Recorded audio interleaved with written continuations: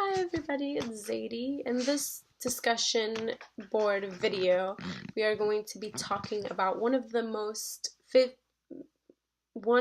15 most challenged books in schools. And the book that I chose to do was Harry Potter, just because everybody knows Harry Potter and it's one of my all-time favorite stories. And the author is J.K. Rowling. She's awesome. She's a really good writer. And everybody knows the story of Harry Potter. It's a young boy who, at the age of 11, figures out that he's a wizard. And so we're introduced to this magical new world, and we follow Harry as he adjusts to this new world and his new identity while facing challenges along. So the reason that I think that Harry Potter is one of the most challenged books in the US is due to the fact that J.K. Rowling, the author of the books, includes a lot of taboo subjects in this series, such as neglect and bigotry, prejudice, and depression, and a lot of real life situations that parents may not want to introduce their children to at such a young age, or maybe not at all. So I feel like that's one of the reasons why it's one of the most challenged books. The quote that I wanted to pull out it's in the first couple of chapters of Harry Potter and the Sorcerer's Stone, and it's when Harry Potter meets Draco Malfoy for the very first time, and they're talking about the types of wizarding families. And Draco says, "I really don't think they should let the other sort in, do you? They're just not the same. They've never been brought up to know our ways. Some of them have never even heard of Hogwarts until they get the letter. Imagine. I think they should just keep it in the old wizarding families. What's your surname, anyway?"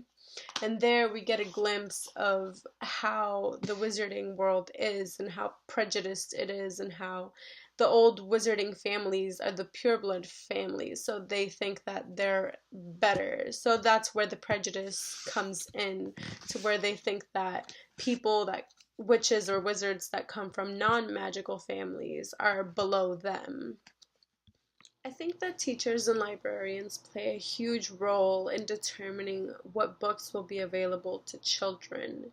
Censorship is when a group of individuals or government officials try to suppress messages that are supposed to be protected by the First Amendment because they find them dangerous. And selection is when teachers and librarians, educators, use the criteria for evaluating children's literature in order to make sure that the literature is appropriate in content and is free from bias and stereotypes, in order to just make sure that children have access to books that will provide them with the opportunity to consider new ideas and also to broaden their perspectives.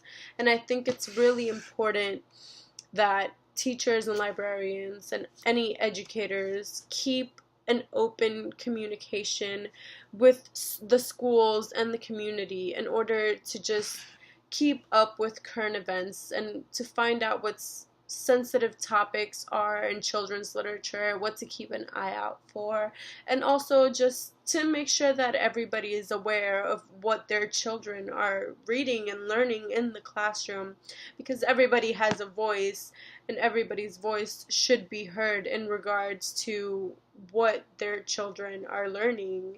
And I think it's very important for teachers and librarians to find a balance and just be able to compromise with the needs of everybody in the community in regards to what is being taught in the classroom. Choosing to exclude a controversial book in order to please parents or administrators or school board officials is very unethical for any educator to do, because an educator's responsibility is to make sure that children have access to books that will challenge them to consider new ideas and broaden their perspectives.